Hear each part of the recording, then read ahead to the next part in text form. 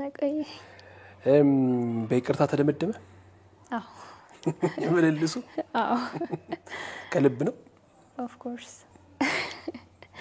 ማለት ያው መንበርከክ አያስፈልግም ነበር እኔ ኦሬዲ ቆየው ይቅርታ ካደረኩለት ማለት ሙሉ ለሙሉ ሰላም ነኝ ሰላም ሲሆን ለውስጥክ ደግሞ ያው ምንም አይነት ቂም ሳይኖር ሲቀር ሰላም ነው የሚሆነው ያለው ነገር አሁን ለኔ በሆነ ሰው ቂም ቢዝ እኔ አልችልም ቂም መያዝ አልችልም ሙሉ ለሙሉና ኦሬዲ ነው ቆየው አሁን 24 አመትሽ ነው 23 25 ገባ 23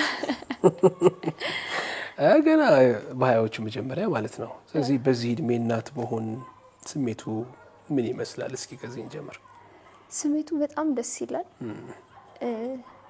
ያው ያበረታል በጣም ማለት ዛሬን ሳይሆን ነገን እንድታስብ ያደርጋል ምክንያቱም አንደኛ ለኔ ብቻ ሳይሆን ለልጄ መኖር ቤተሰቤን እንዳይ በተለይ እናቴን እንዳይ አድርጎኛል እናትነት በጣም ትልቅ አንደኛ ክብር ሰው ሁሉም ያከብርክ በቃ እናት ስትሆን ገና ልጅ ያዘች እናት ስትታይ ትከበራለችና ያ ነገር ደስ ይላል ያው ልጄን ሳስብ በጣም ብዙ ነገሮች አስባለሁ የእግዚአብሔርን አፈጣጠራ ያለው ምን ያህል እግዚአብሔር ምን እንዴት አይነት አምላክ ነው እላለሁ በጣም በቃ እንዴት ነው እግዚአብሔር አይገመትም አይመረመርም ግን አፈጣጠራችንን ስናይ አስተዳደጋችንን ስናይ እንዴት አምላክ እንዴት አይነት ፈጣሪ ነው ማለት ገና በጭቃ ምናምን አይደለኛ አዳምና ሔዋንን እግዚአብሔር ሲፈጥር ያ ነገር ህይወት ዘርቶ ሰው በሰው ውስጥ እኔ አሁን ልጄን ሳየው አንተ አሁን ከኔ ሆድ ውስጥ ነው የወጣኸው ምናምን እለዋለሁና በጣም ማለት ትልቅነት ነው እግዚአብሔር ትልቅን ልጅን የሚያክል ወይም ሰውን የሚያክል ነገር ሲሰጥ በጣም ትልቅ እንትን ነውና በጣም እገረም ነበር እኔ የመጀመሪያዎቹ ጊዜ ላይ እንዴት ማለት ሆዴ ውስጥ ነበር ሁላ ነበር አሁን አልኩ ስንት አመት ሆነ አሁን 3 አመት ሆነ ምን አይነት ባህሪ ነው ያለው በጥባጭ ወንድ ልጅ አይደል ያው የሆነ ነገር ላይ መውጣት ይወዳል መዝለል ይወዳል ኳስ ይወዳል ግን በጣም ይረዳል አልፎ አልፎ የሆነ ያየውን ነገር ካልሸወዱት በስተቀር በጣም ይረዳል በቃ የለኝም ካልከው ቀይልኝም አንደርስታንድ ያደርጋል እስኪ ወደ ኋላ ልመልስሽ እንግዲህ የእድሜ አንጓውን ልንይዝ ነው ወደ ኋላ ሄደን ዲቦራ የት ነው የተወለደችው የት ነው ያደገችው ያው የተወለድኩት ሐረር ተወለድኩ እስከ 6 አመት እናቴ ጋር ቆየው ከ6 አመት በኋላ ወደ አዲስ አበባ መጣው ለ2 አመት ተመልሼ እናቴ ጋር ሄድኩ እዛ 4ኛ ተመለስኩ ወደዚህ ወደ አዋሳ ተማርኩ 5 ሐረር ተመለስኩ 6 ባሌ አጋርፋ የሚባል ቦታ ተማርኩ 7 ሐረር ተመለስኩ ምንድነው ምክንያቱ ይሄ ሁሉ መዟዟር ለምንድነው አንደኛ ሰፖርት የምታደርገን እናታችን ብቻ ናት እና ሰፖርት ለማድረግ እኛን ሚዝላት ሰው ያስፈልጋል በዚህ ላይ ደግሞ እናታችን አልፎ አልፎ ትታመማለች 2004 2005 አካባቢ በጣም ታማ ነበር እናታችንና ምን ሆኖ ነው ምክንያቱ የማህፀን እጢ ተብሎ ያው ሰርጀሪ ሊሰራላት ሆስፒታል ምናምን ነገር ነበርችና እኛን ለመጠበቅ እህቶቿ ጋር ለእህቶቿ ሰጣን በቃ ሙሉ ለሙሉ እኛን ለመጠበቅ ነው ለእህቶቿ የምትሰጠን እህቶቿ ጋር ምናምን ነው ያደግነውና እሷ እኛን ሰፖርት ለማድረግ በገንዘብ ሰፖርት ታረጋናለች አብራን ባትሆን እኛን ሰፖርት ለማድረግ በመምህርነት እንቁላል ሰብስቦ በመሸጥ ዶሮ አዲስ አበባ ድረስ ከሐረር ከገጠር አዲስ አበባ ድረስ ያመጣች ትሸጣለች በቃ ምንም እንዳይጎልብን አድርጋ አክስቶቻችን ጋር ስንኖር በገንዘብ ሰፖርት ታረጋናለች የትምህርት ቤት ይከፈላል ሁሉም ነገር የሚደረገው ነቃሷ በመታደርገው እንትን ነውና በጣም ከባድ ነው። በተለይ በመምህር ደሞዝ ልጆች ማሳደግ ከዛ አልፎ ደግሞ የሚያስፈልጋቸውን ተጨማሪ የትምህርት የቁሳቁስ ድጋፍ ለማድረግ አስቸጋሪ ሊሆን ይችላል። እንደው በዚህ መሀል ምናልባት ያደረግሻቸውን ኢንተርቪዎች ለማየት ሙከራ አድርጌያለሁ። ስለ እናትሽ እንጂ ስለ አባትሽ ምንም ያልሽው ነገር የለም። ታሪኩ ዞሮ ዞሮ ያው ወደ አንቺም ጋር ስለሚመጣ ከአባትሽ ጋር የተያያዘው ታሪክ ምንድን ነው? ለምንድን ነው አባትሽ በእነዚህ የህይወት ምዕራፎችሽ ውስጥ ድርሻ የሌላቸው? ያው አባቴን እስከ ተወሰነ ጊዜ እኔ ከተወለድኩ በኋላ እናትና አባቴ ተለያይተዋል። ያው 1 አመት ሳይሞላኝ ነው የተለያዩት። እኔና እህቴን ስታሳድግ አንድ ታላቅ እህት አለችኝ። እኔና እህቴን በጣም እንትን ስትል የነበረው እናቴ ናት። እና ያው አባታችን በግድ ነበር የሚረዳን ፍርድ ቤት ምናምን። በጋብቻ አይደለም የተወለዳችሁት? ጋብቻ ነበር፣ በጋብቻ ነው ግን አልቀጠለም። ወዲያውኑ እሱም ሌላ ትዳር ያዘ፣ ልጆች ወለደ። ያው እኛን ተወን ማለት ነው እና ወደ ራሱ ህይወት እንትን ማለት ጀመረ። ያው እናታችን ግን ሌላ ትዳር አልነበራትም። እኛን ነው ስታሳድግ የነበረው። ዋጋ የከፈለልንን ሰው አይደለ በደንብ እንትን የምንለው ማለት የምናየው ነው ስላደረገልን ሰው ነው እንትን የምንለውና አባታችን 2009 አካባቢ ነው የመጣው። ኦሬዲ ካደግን ምናምን በኋላ ነፍስ ካውቃችኋል። ያ እና ምንም ያደረገው ነገር አልነበረም።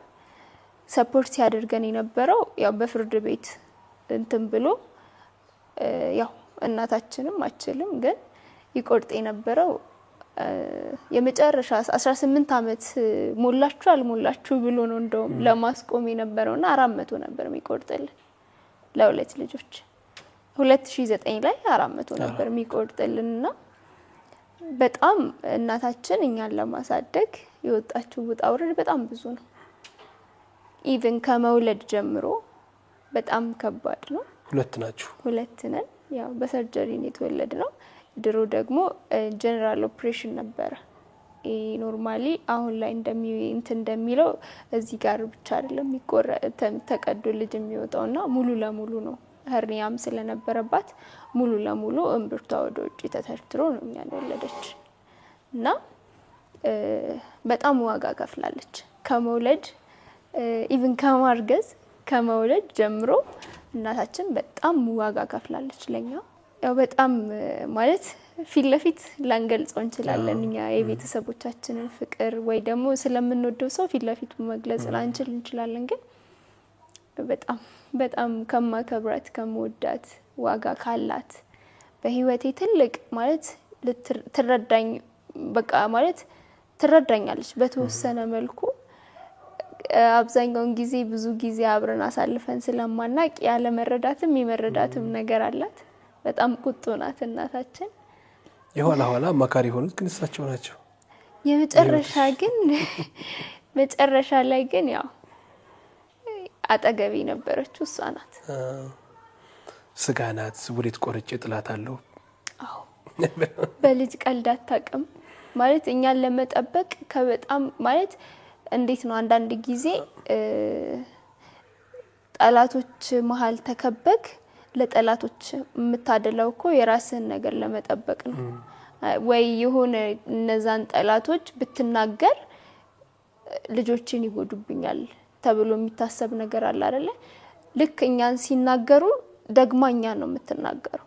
ለምን እንደዚህ ያደረጋችሁ ነው የምትለውና ግን ዞር ብላ ለምን እንደዚህ ታደርጊያለሽ ስንላት እንዴ እንደዚህ ቢያደርጉብኝስ እናንተን ለመጠበቅ ነው ትላለች። ግን አንረዳ ብዙ ጊዜ ቤተሰቦቻችን የሆነ እኛን ዲፌንስ ሊያደርጉ የሚጫኑ ነገር አንረዳም እና አልረዳም ነበር እኔ ከዚህ በፊት በቃ እንደዚህ ካክስቶቼ ጋር ምናምን ከተጋጨው እሷ ለምን እንዲህ ታደርጋላችሁ ትላለች ደግማኛን ማለት ነውና ዞር ብለን እንዴት ምን ማለትሽ ነው ምናምን እኛን ልጆችሽ ወይስ እነሱ ናቸው ምናምን እስከማለት ደርሼ አውቃለሁና እንዴ የሆነ ነገር ብትሆኑብኝስ ብላኝ ታውቃለችና የሆነ በቃ ፕሮቴክት ለማድረግ እናቶች ልጆቻቸውን ፕሮቴክት ለማድረግ የማያረጉት ነገር የለም። በጣም አይቻለሁ። አሁን ለአባትሽ ያለሽ ስሜት? ለአባቴ እንዴት መሰለክ የሆነ ጊዜ ታመሜ ነበር። እኔ በቃ በበሽታ ቀልድ አላውቅምና ማለት የታመመ ማንም ይሁን ከታመሙ እኔ አልችልም። በቃ እኔ የራሴ ህመም ነው የሚመስለኝ ምናምን ነገርና የሆነ ጊዜ ላይ በጣም ታመሜ ነበር። ኩላሊት ኬዝ ነበረብኝ። በጣም ታመሜ መንቀሳቀስ አቅቶኝ ብቻዬን ሆኜ ገንዘብ የለኝም፣ የሚያስታምመኝ የለም፣ ምግብ የሚሰጠኝ የለም፣ መተኛት አልችልም፣ መቀመጥ አልችልም። በጣም ከባድ ሁኔታ ውስጥ ነበርኩኝና የሆነ ጊዜ ላይ ኦፕሬሽን ተባልኩኝ ሆስፒታል። የኩላሊቱ ኬዝ? አዎ ኦፕሬሽን ተደረጊና ነው መስተካከል የሚችለው ተባልኩኝ። እኔ ደግሞ ያን ነገር አልፈለኩም። ኦፕሬሽን መደረግ አልፈለኩኝም እና ምን አደረኩ? ብር አስፈለገኝ።